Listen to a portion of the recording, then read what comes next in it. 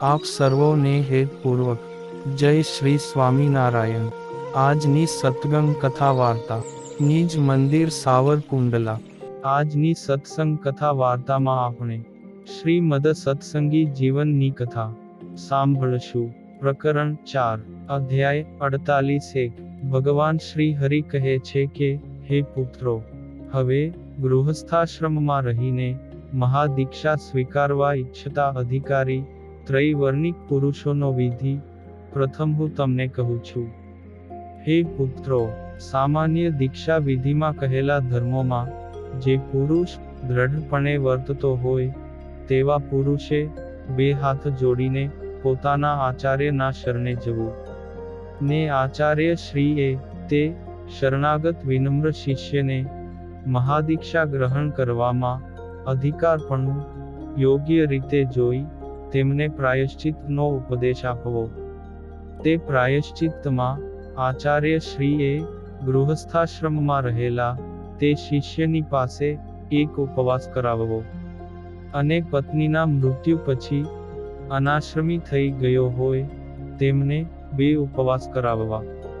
આચાર્ય શ્રીની આજ્ઞાથી મહાદીક્ષા સ્વીકારવા માટે મુંડન કરીને ઉપવાસ કરવો, તેમજ અષ્ટાક્ષર મંત્રનો જપ કરવો।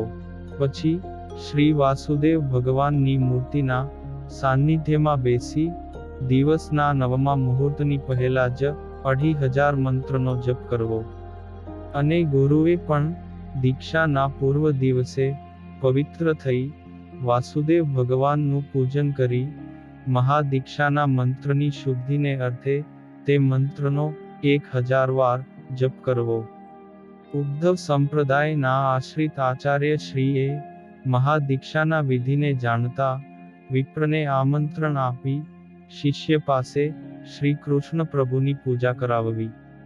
તે વિપ્રે દેશકાળ અનુસારે 2 અથવા 1 દિવસમાં શાસ્ત્રાનુસાર સમગ્ર વિધિ પૂર્ણ કરાવવો, અને શાસ્ત્રોક્ત વિધિથી નાંદી શ્રાદ્ધ તેમજ સ્વસ્તિ વાચન કર્મ પૂર્વ દિવસે કરવું અથવા તે જ દિવસે કરવું। પ્રથમ મનોહર સર્વત્રો ભદ્ર મંડળની રચના કરાવવી, તેના મધ્યે સુવર્ણ અથવા ત્રાંબાનો ઉત્તમ કળશ સ્થાપિત કરવો। ત્યાર પછી તેમની 8 દિશામાં પોતાની શક્તિ અનુસારે તામ્ર અથવા માટીના અષ્ટકળશની સ્થાપના કરવી। તે જળ ભરેલા અને અંદર રત્ન પધરાવેલા તેમજ 5 પલ્લવ મૂકેલા વસ્ત્રે સહિત પૂર્ણ પાત્રમાં દેવતાઓનું સ્થાપન કરવું। પૂજન કરાવતા વિપ્રે મધ્ય કળશમાં રાધાએ સહિત શ્રી કૃષ્ણ ભગવાનનું સ્થાપન કરવું, તેમાં પૂર્વ દિશાના કળશમાં દુર્ગાનું સ્થાપન કરવું, દક્ષિણ દિશાના કળશમાં સૂર્યનારાયણનું સ્થાપન કરવું, પશ્ચિમ દિશાના કળશમાં ગણપતિજીનું, ઉત્તર દિશાના કળશમાં શિવજીનું સ્થાપન કરવું, અગ્નિ ખૂણાના કળશમાં વિશ્વક્સેનનું સ્થાપન તથા નૈઋત્ય ખૂણાના કળશમાં ગરુડજીની સ્થાપના કરવી, અને વાયવ્ય ખૂણાના કળશમાં હનુમાનજી તથા ઈશાન ખૂણાના કળશમાં શ્રીદામાનું સ્થાપન કરવું। આવા ક્રમથી વિધિપૂર્વક સ્થાપન કરવું। હે પુત્રો, ત્યાર પછી પૂજન કરાવનારા વિપ્રે વિધિપૂર્વક સ્નાન કરીને આવેલા દીક્ષાર્થી શિષ્ય પાસે સ્વસ્તિ વાચન અને વૃદ્ધિશ્રાદ્ધ કરાવીને ભગવાનનું પૂજન કરાવવું। બ્રાહ્મણે પંચરાત્ર શાસ્ત્રમાં કહેલા બુદ્ધ શુદ્ધિ, પ્રાણ પ્રતિષ્ઠા તેમજ માતૃકાન્યાસ કરાવી શ્રી કૃષ્ણ ભગવાનનું આહવાન કરાવવું। હે શ્રી કૃષ્ણ ભગવાન, તમને નમસ્કાર।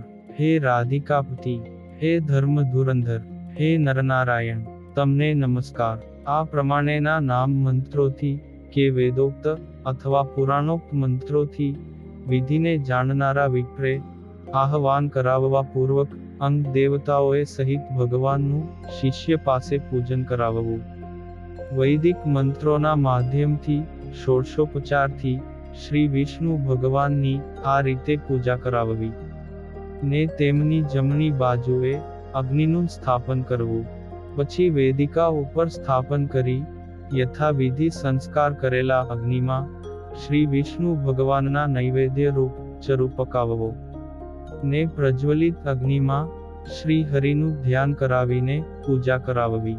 પછી બ્રાહ્મણે સમિધ, ઘી અને ચરુ આ પ્રત્યેકની 28 આહુતિઓનો શ્રી નારાયણના અષ્ટાક્ષર મંત્રથી હોમ કરાવવો. આ કનિષ્ઠ પક્ષ છે, પરંતુ પ્રત્યેક આહુતિ 108ની આપવી તે ઉત્તમ પક્ષ કહેલો છે. હે પુત્રો, વળી તે બ્રાહ્મણે અંગ દેવતાઓને પણ ઘીની એક આહુતિ આપી પૂર્ણાહુતિનો હોમ કરવો ને આ પ્રકારે હોમ કર્મની સમાપ્તિ કરાવવી. પછી શિષ્યે મહાઆરતી ઉતારી પુષ્પાંજલિ અર્પણ કરી દંડવત પ્રણામ કરવા ને ભગવાન શ્રી કૃષ્ણની આદરપૂર્વક પ્રાર્થના કરવી કે હે ભગવાન, મારી વાણી તમારા ગુણાનુવાદનું જગાન કરે, અમારા કાન તમારી કથાનું શ્રવણ કરે, અમારા હાથ તમારી સેવા રૂપ જ ક્રિયા કરે, અમારું મન તમારા ચરણ કમળનું જ ચિંતવન કરે, અમારું મસ્તક તમારા નિવાસ સ્થાનભૂત આ જગતને પ્રણામ કરે, અમારી દ્રષ્ટિ તમારા દિવ્ય મૂર્તિ રૂપ સત્પુરુષોનું દર્શન કરે. આ પ્રમાણે સ્તુતિ કરી શિષ્યે 2 હાથ જોડી ઊભા થવું ને આગળ વર્ણન કરીશ.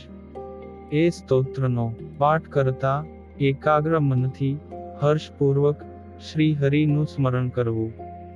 નવીન મેઘ સમાન શ્યામ વર્ણવાળા, રત્નજડિત તેમજ ચળકતા કુંડળોથી શોભતા કર્ણવાળા, અગ્રભાગમાં ખોસેલા મયુર પીંછથી શોભતા મુગટવાળા એવા શ્રી રાધિકાજીના પતિ શ્રી કૃષ્ણ ભગવાનને હું નમસ્કાર કરું છું.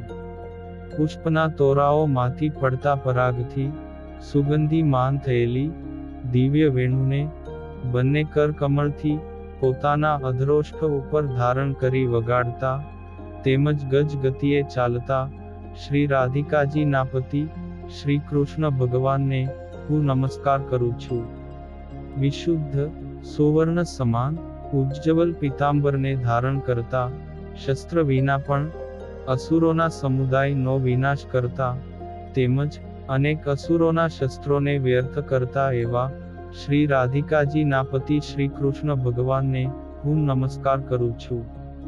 અધર્મ અને કળિયુગથી પીડાતા, સાધુઓનું પાલન કરતા, સદ્ધર્મના વૈરી અસુર સમુદાય માટે કાળ સ્વરૂપ કંઠમાં પુષ્પની માળાઓને ધારણ કરતા તેમજ વ્રજરાજ નંદન એવા શ્રી રાધિકાજીના પતિ શ્રી કૃષ્ણ ભગવાનને હું નમસ્કાર કરું છું.